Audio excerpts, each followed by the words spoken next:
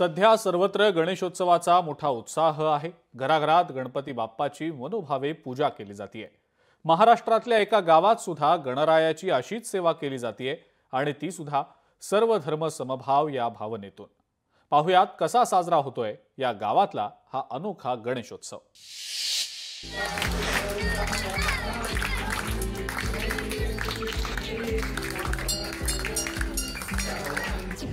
मशिदीमध्ये साजरा केला जातोय गणेशोत्सव। गोटखिंडी गावातील 45 वर्षांची परंपरा। हिंदू मुस्लिम एकोप्याचा गावकऱ्यांचा संदेश। हे आहे सांगलीतील गोटखिंडी गाव। या गावात साजरा होणारा गणेशोत्सव धार्मिक एकात्मतेचं प्रतीक बनलंय, कारण गेल्या 45 वर्षांपासून इथे मशिदीमध्ये श्री गणेशाची प्रतिष्ठापना करण्याची परंपरा जोपासली जाते। मशिदीमध्ये गणपतीची प्रतिष्ठापना मुस्लिम समाजाच्या पुढाकाराने केली जाते आणि 10 दिवस श्री गणेशाची विधिवत पूजा अर्चा केली जाते, ज्यामध्ये हिंदू समाजाच्या बरोबर मुस्लिम समाज देखील सहभागी होतो।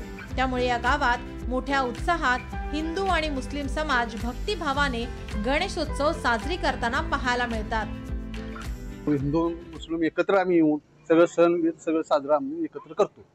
गणपतीचे आम्ही 6:30 वाजता येऊन आम्ही आरती करत असतो। सणवाराला आम्ही एकत्र सगळा समाज घेऊन आमचा एकत्र येऊन हिंदू मुस्लिम एकत्र करतो। तिथे शंकराचं हे आहे आम्हाला स्थान आहे।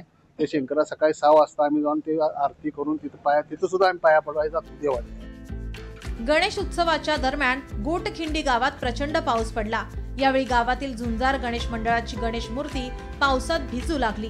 हे पाहून तेथील मुस्लिम बांधवांनी गणेश मूर्ती मशिदीच्या आत नेऊन ठेवली आणि तेव्हापासून न्यू झुंजार गणेशोत्सव मंडळाच्या माध्यमातून हिंदू आणि मुस्लिम बांधवांकडून मशिदीमध्ये गणेश मूर्ती प्रतिष्ठापना करण्याची परंपरा सुरू करण्यात आली।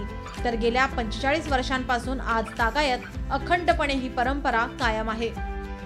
1965 साली गणपती बसला होता, तर त्या साली मोठा पाऊस पडला आणि या ठिकाणी त्या छत नसल्यामुळे गणपती गळायला लागलं। गळल्यानंतर इथल्या मुस्लिम बांधवांनी एक निर्णय घेतला की आपण गणपती मशिदीमध्ये बसूया। आत मशिदीची इमारत होती, त्या ठिकाणी हिंदू आणि मुस्लिमांनी मिळून आत गणपती बसवला आणि तेव्हापासून ह्या मशिदीत बसण्याची प्रथा चालू झाली आणि ह्याचा आदर्श सगळ्यांनीच घ्यावा, सर्व मुस्लिम बांधवांनी घ्यावा, हिंदू बांधवांनी घ्यावा। इतकंच नव्हे तर गणेशोत्सवादरम्यान मुस्लिम धर्मियांचे येणारे सण देखील हिंदू बांधव मिळून उत्साहाने साजरे करतात। यंदा गणेशोत्सवामध्येच ईद ए मिलाद हा मुस्लिम धर्मियांचा सण आल्याने तो देखील एकत्रित साजरा करण्यात येणार आहे। यावर्षी ईद ए मिलाद आणि आमचा महाप्रसाद मंडळाचा एका दिवशी म्हणजे शुक्रवारी येत आहे, तरी दोन्ही आम्ही कार्यक्रम एकत्रच येऊन आम्ही साजरे करणार आहे। गुण्यागोविंदाने आम्ही सण साजरे करतो। गणपती 10 दिवस मोठ्या उत्साहाने सण साजरे करतो। प्रत्येक वर्षी नवीन कार्यक्रम असतो। प्रत्येक दिवशी झाडे लावा झाडे लावा उपक्रम राबवतो।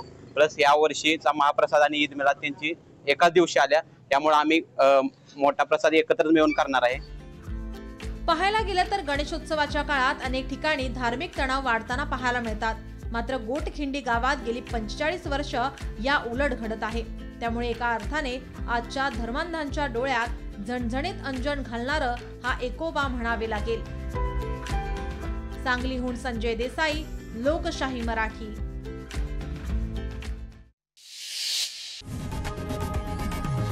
लोकशाही मराठी ऐका, पहा, जागरूक रहा।